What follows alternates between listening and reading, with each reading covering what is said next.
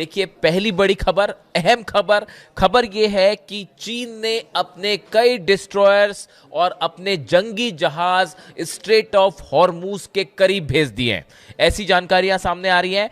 48वीं escort task force ये जो है डिप्लॉय कर दी है चीन ने हॉर्मूज के करीब, और इसको टारगेट ये दिया गया है जो चीन के जहाज आ रहे हैं, ईरान से जो चीन के जहाज निकलेंगे तेल लेके, उनको सुरक्षित तरीके से चीन पहुंचाना है।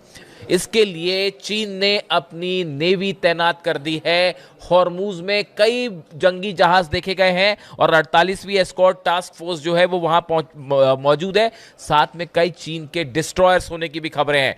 चीन का डिस्ट्रॉयर है 052 DL।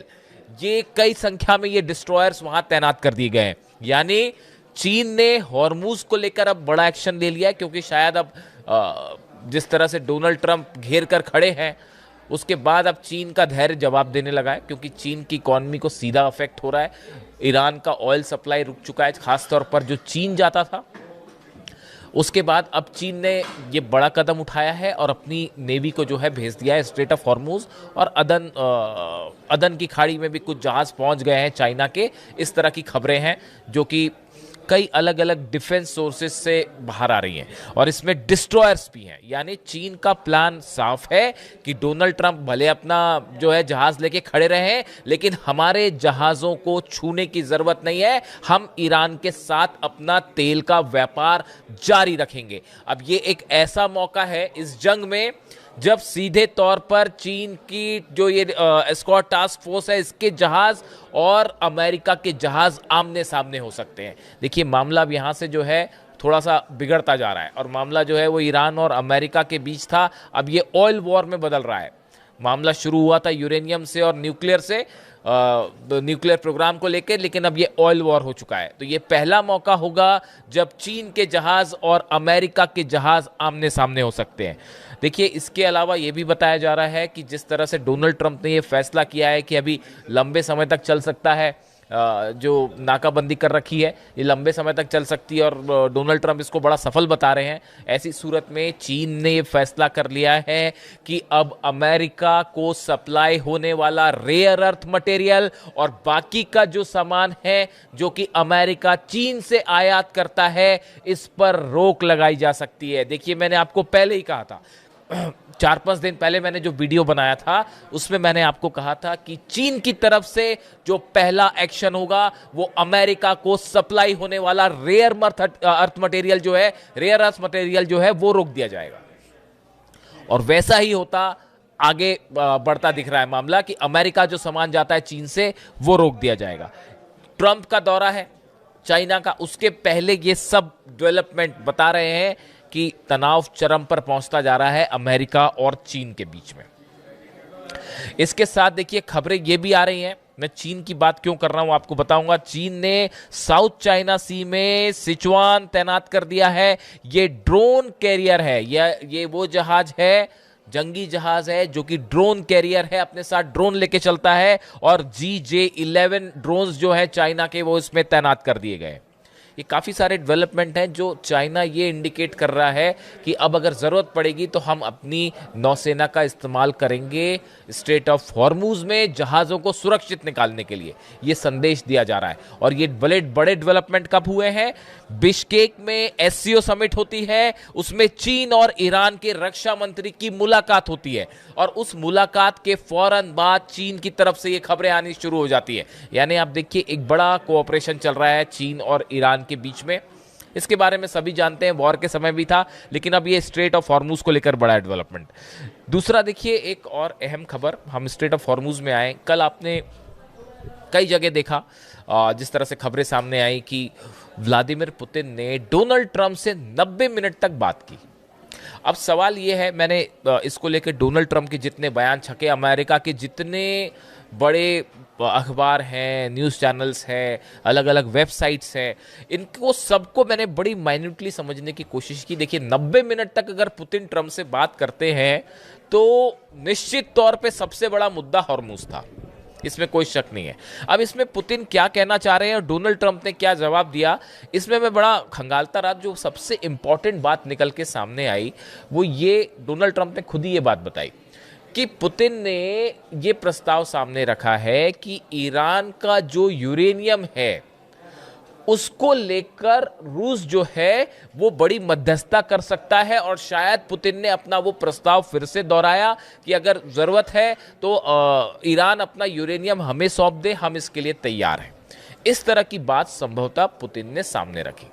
लेकिन डोनाल्ड ट्रंप ने इसका क्या जवाब दिया? डोनाल्ड ट्रंप ने इसका जवाब दिया, I would rather have you to be involve with ending the war with Ukraine, to me that would be more important. Donald Trump ने ये कहा कि भाई आप अगर यूक्रेन में युद्ध खत्म करेंगे तो ये मेरे लिए ज्यादा महत्वपूर्ण है, बजाय ईरान में आप यूरेनियम अपने पास रखें। देखिए, खबरें ये थी पहले ही कि जब ये बात पुतिन ने कही थी, जब ईरान के विदेश मंत्री दौरे पर थे रूस के, उसी समय पुतिन ने ये बात कह दी थी। अब्बास अरागची साहब रूस गए थे, तभी पुतिन ने ये बात कह दी थी कि अगर यूरेनियम वाला प्रस्ताव उन्होंने सामने रख दिया था कि ईरान चाहे तो अपना यूरेनियम हमें दे सकता है। अब यही बात, इसके बाद जो है अमेरिका ने ये बात मना कर दी। डोनाल्ड ट्रंप ने इस बात को अस्वीकार कर दिया कि नहीं, हम ऐसा नहीं चाहते। लेकिन उसके बाद भी पुतिन का ये प्रस्ताव रखना बात करने के दौरान सीधा ट्रंप से, और ट्रंप का ये कहना, एक प्रकार से ट्रंप ने उसको फिर मना किया, ये इस बात की ओर बड़ा इशारा कर रहा है कि रूस और अमेरिका के बीच में हॉर्मूज को लेकर किसी भी तरह की एक राय नहीं है। यानी हॉर्मूज पे भी जिस तरह से चीन और अमेरिका आमने सामने हैं, बिल्कुल इसी तरह से हॉर्मूज को लेकर भी पुतिन और ट्रंप, इन दोनों की अलग अलग राय है। नतीजा यह है कि हॉर्मूज अभी भी फंसा हुआ है। देखिए, आप दौर देखिए कि अब्बास अरागची पाकिस्तान आते हैं, अपना प्रस्ताव देते हैं, ओमान जाते हैं, फिर वापस पाकिस्तान आ जाते हैं, जब तक मुनीर जो है वो डोनाल्ड ट्रंप से बात करके अपना फीडबैक ले लेते हैं। उसके बाद जो है रूस जाते हैं अब्बास अरागची साहब, फिर वापस इस्लामाबाद आते हैं। उसके बाद अमेरिका को फिर प्रस्ताव देते हैं। इस बीच में पुतिन का यह कहना कि भाई यूरेनियम हम रखने को तैयार है, और उसके बाद आखिरी में, इन सब के बाद आखिरी में डोनाल्ड ट्रंप की और पुतिन की चर्चा होती है। ऐसा लगता है कि ये एक पूरा, आप इनको अगर तस्वीर को जोड़ के देखें तो बड़ी साफ बात है कि ईरान ने अपनी शर्तें अमेरिका के सामने रखी हैं, और उसको लेकर ही अब कैसे हॉर्मूज खोला जाए, इसको लेकर ट्रंप और पुतिन के बीच भी बात हुई है, यानी पुतिन का इंटरफेरेंस भी है इसमें।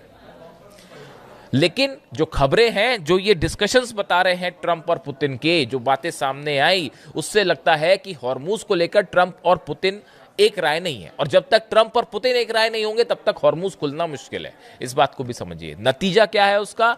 नतीजा यह है कि ईरान की सेना, मैं बार बार कह रहा हूं, और ये हालात पिछले 12 घंटों में और आगे बढ़ गए हैं, ईरान की सेना ने बड़ी तैयारी शुरू कर दी है हॉर्मूज में।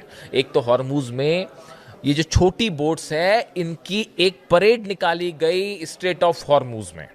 यानी आप सोचिए, अलग अलग दावे हो रहे हैं अमेरिका के, लेकिन ये छोटी बोट्स लेके हथियारों के साथ ईरान की नौसेना हॉर्मूज में उतर पड़ी और बड़े इलाके में एक परेड निकाली गई। इतना ही नहीं, इंटरनेशनल कई जर्नलिस्ट हैं, उनको हॉर्मूज में बोट्स में, शिप में बैठा के पूरे हॉर्मूज को दिखाया गया कि ये देखिए किस तरह से ईरान का कंट्रोल है यहाँ पे। यानी ईरान पूरी तरह से तैयार है। और जो मुस्तफा खामेनी साहब का जो बयान आया है, उन्होंने साफ कर दिया है कि यूरेनियम को लेकर, न्यूक्लियर प्रोग्राम को लेकर किसी तरह का कोई समझौता नहीं होगा। मैंने अपने पिछले वीडियो में ये बात कही थी बार बार, और देखिए वही बात जो है अब नए सुप्रीम लीडर जो है ईरान के, वो भी यही कह रहे हैं कि हम किसी भी सूरत पे कोई बात नहीं करेंगे, खासकर यूरेनियम को लेकर और न्यूक्लियर प्रोग्राम को लेकर। इसके बीच में देखिए आप, जो 2-3 और बड़ी अहम खबरें हैं। बड़ी बैठक होती है डोनाल्ड ट्रंप के साथ, उसमें डैन केन जो जॉइंट चीफ ऑफ स्टाफ है, ब्रैड कूपर सेंटकॉम के चीफ हैं, ये मौजूद थे। बताया जाता है इस बैठक में डोनाल्ड ट्रंप को सेना के इन अधिकारियों ने एक बड़ा वॉर प्लान तैयार करके दिया है कि कैसे ईरान पर एक बार फिर हमला किया जाए। और अब जो बताया जाता है कि एक बार फिर अमेरिका की तरफ से हमला होगा, और हमला करने के बाद ईरान पे फिर दबाव बनाया जाए कि अब आप प्रस्ताव पर सिग्नेचर करिए और डील करिए। यानी हालात फिर वही, जो पहले 12 दिन में जो ना कर पाए, 12 दिन की जो जंग हुई थी पिछले साल उसमें ना कर पाए, उसका 40 दिन की जंग में नहीं कर पाए, अब फिर कुछ करने की कोशिश है कि भाई ब्लॉक तो हॉर्मुज ईरान मानने को तैयार नहीं है, अपना यूरेनियम देने को तैयार नहीं है और वो किसी तरह से नहीं झुकेगा, ये बात साफ है। तो अब ईरान को कैसे झुकाया जाए, इसको लेकर एक फिर प्लान तैयार कर दिया गया है अमेरिका की सेना की तरफ से, जो डोनाल्ड ट्रंप को बताया गया, और उसमें जो प्लान है कि एक बार फिर स्ट्राइक की जाए, एयर स्ट्राइक हो, मिसाइल से स्ट्राइक हो, और उसके बाद फिर ईरान से बात की जाए।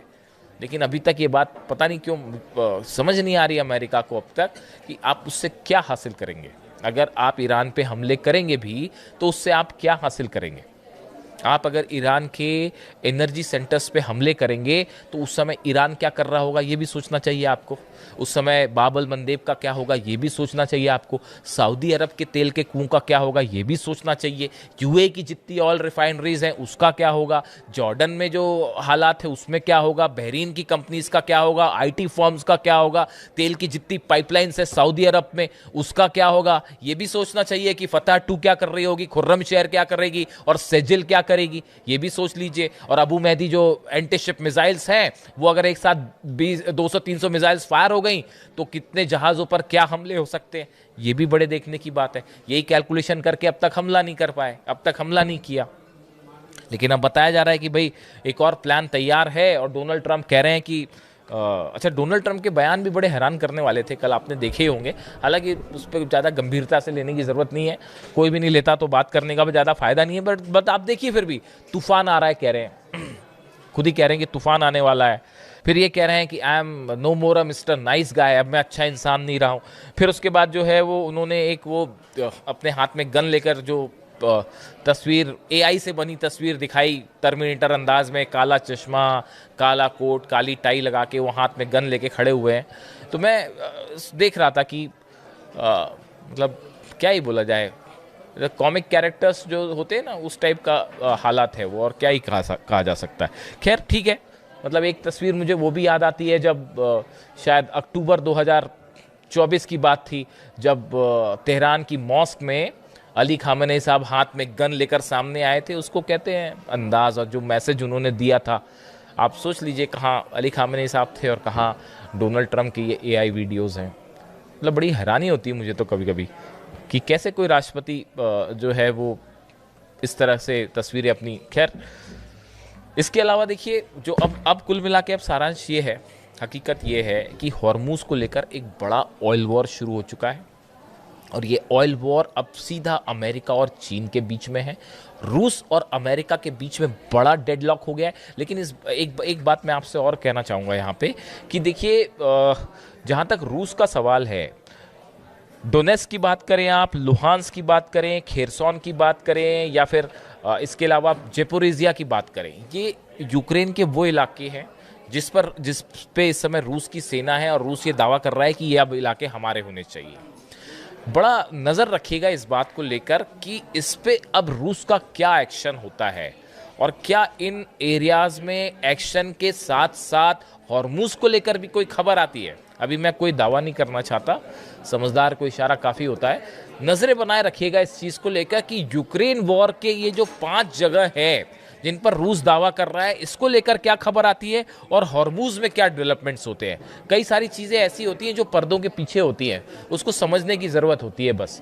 तो इस पे नज़र रखने की ज़रूरत है। बाकी हॉर्मूज को लेकर हालात साफ है। ईरान की सेना एक बड़ी जंग की तैयारी में पूरी तरह से डटी हुई है और किसी भी सूरत में ऐसी कोई डील नहीं होगी जो यूरेनियम को लेकर या न्यूक्लियर प्रोग्राम को लेकर होगी। ये सुप्रीम लीडर की तरफ से साफ कर दिया गया है। जो भी अपडेट होगा आप तक पहुंचाऊंगा। वीडियो कैसा लगा जरूर बताइए। Thank you so much.